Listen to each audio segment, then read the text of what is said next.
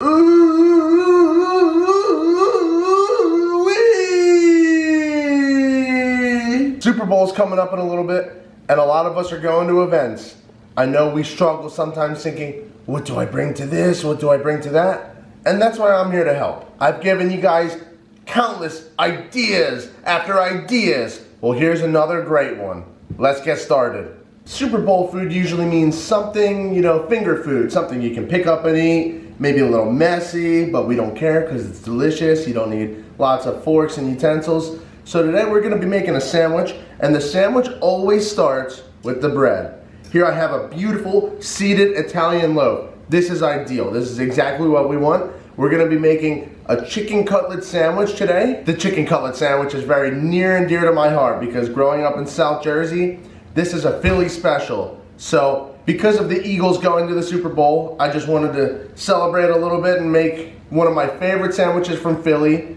And I'm not gonna do the cheesesteak because I already did that. You can find my cheesesteak video right here. All right, let's get to it.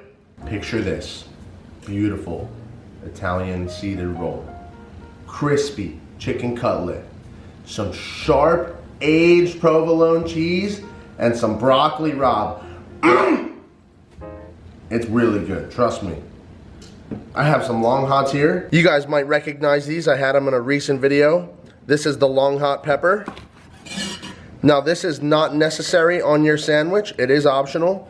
But if you or your family or your friends enjoy spicy, then you may want to add it on there. But the basis of this sandwich is going to be chicken cutlet, broccoli rabe, and sharp provolone. Very, very simple. So the point of cutting these all in half is to just remove some of the seeds and ribs because we're going to roast these. You don't got to get them all. Just little bits here and there, that's fine. All right, take all your long hots, just line them up on a baking tray. Go ahead, pop that in the oven, 350 degrees for about 20 minutes or just until they're soft. All right, this sandwich is so easy. There's really only 3 components to it.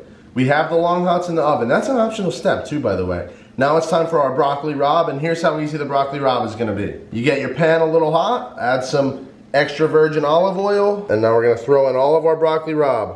Now be careful for any splashes.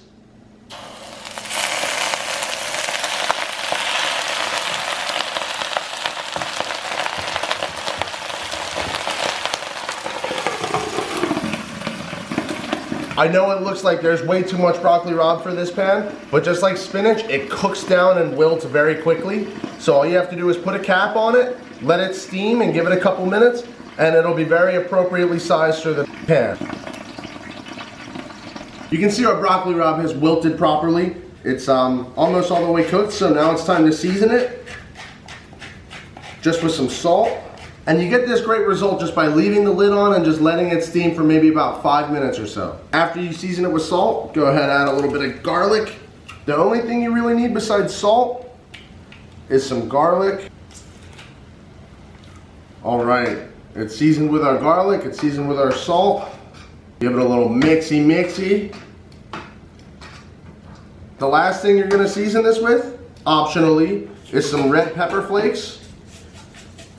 Give it a little bit of heat. So now they're nice and garlicky, they're nice and spicy. You got that good quality extra virgin olive oil on there. And this is gonna make for an excelente sandwich. The long hots in the oven are almost done. The broccoli rabe is now finished. And now it's time to bread and fry our chicken. Let's get to it! All right, here we have our chicken breasts. You just want to go ahead and trim that up, which means remove any little bits of fat like this. Something that might not be tender when you cook it. Just go ahead and trim that up. Chicken breast generally doesn't have too much waste. You don't have to go crazy with it. Just these little bits of white fat I get rid of. And now slice it in half carefully by holding your hand on top and pulling your blade slowly as you go right through. Boom, there's a chicken cutlet.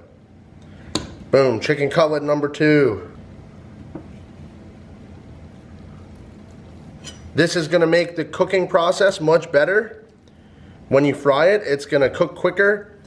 You'll have less chance of it being raw in the middle. There we go, our 6 chicken cutlets, ready for breading. All right, you guys know the standard breading procedure by now. We have seasoned flour, we have seasoned breadcrumbs, and we have egg wash. A couple eggs beaten up with a little bit of milk in there.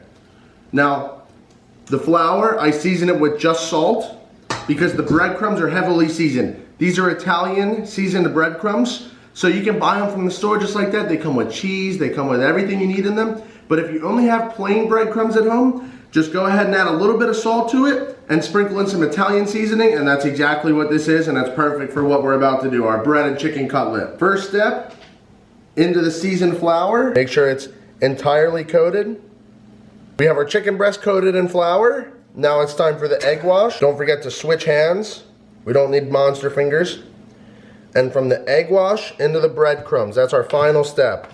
And now, switch back to your dry hand, okay? You gotta keep a separate wet hand, dry hand. And boom, there is our finished chicken cutlet. Nice and Italian seasoned. Boom. Lay that on a separate plate. And now just go through and do all of your chicken cutlets this way. Nice and easy. From the flour to the egg wash. Boom. Put another one in the flour. You can do a couple at a time if you want.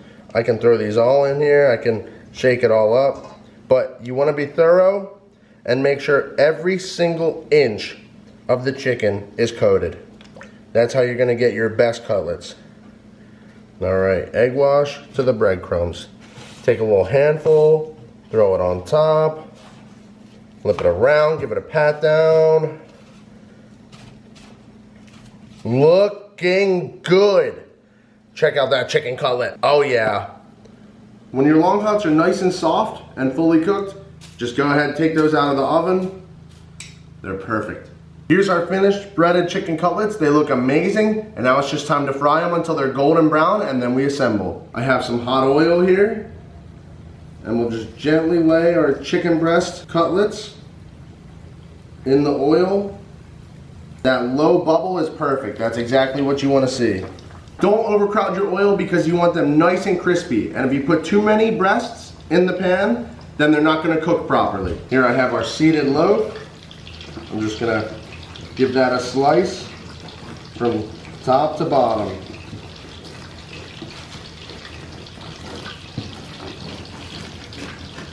If you take a look at the underside of your cutlets and you can see they're getting golden brown like that, go ahead, give them a flip.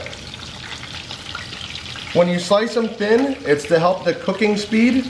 So these little guys, they don't actually take too long to cook. But the color on all of them is looking amazing. Here I have some sharp provolone. The sharper the better in my opinion. I love me some sharp provolone. Anything aged should give you a very similar effect.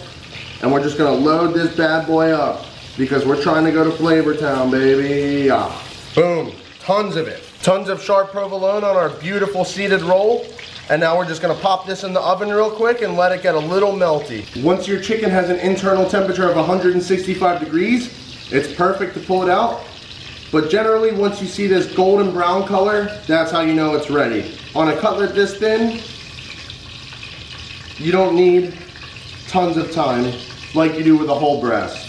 Reserve those on a plate to the side that's lined with a paper towel or something to catch the extra grease. Here we have our crispy, crunchy, beautiful, delicious chicken cutlets. Just goodness all around. Perfect golden brown color, perfectly moist inside, perfectly seasoned, and now we're gonna put it all together for our perfect sandwich. Here's our melted sharp provolone. Doesn't get any better than that.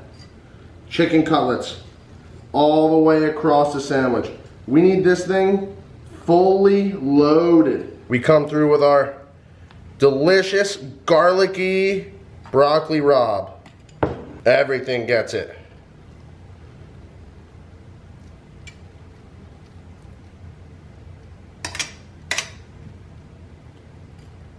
All right, we have our chicken cutlets, our sharp provolone crispy bread, our delicious broccoli rabe, and now it's time for the optional step.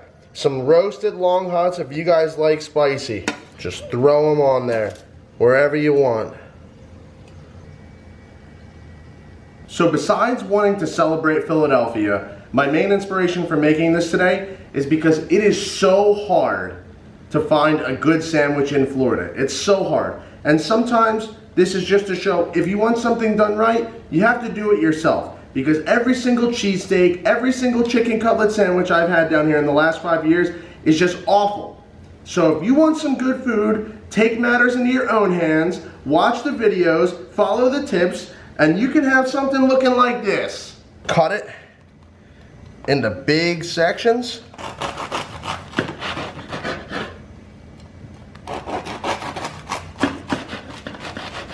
The chicken breast is cooked perfectly. Lots of juicy white meat, tons of broccoli rabe, good long hots, followed up by a nice thick layer of that sharp provolone. I'm telling you people, there's nothing better. If you're wondering what to bring to your next Super Bowl party, this is it. Thank you so much, every single one of you, for coming back week after week to support Chef Sawyer. It means the world to me. I love having you guys as my audience. It's so much fun, and I love doing fun things for everybody to enjoy at home. Until next time, I'll see you guys soon. Love, Chef Sawyer.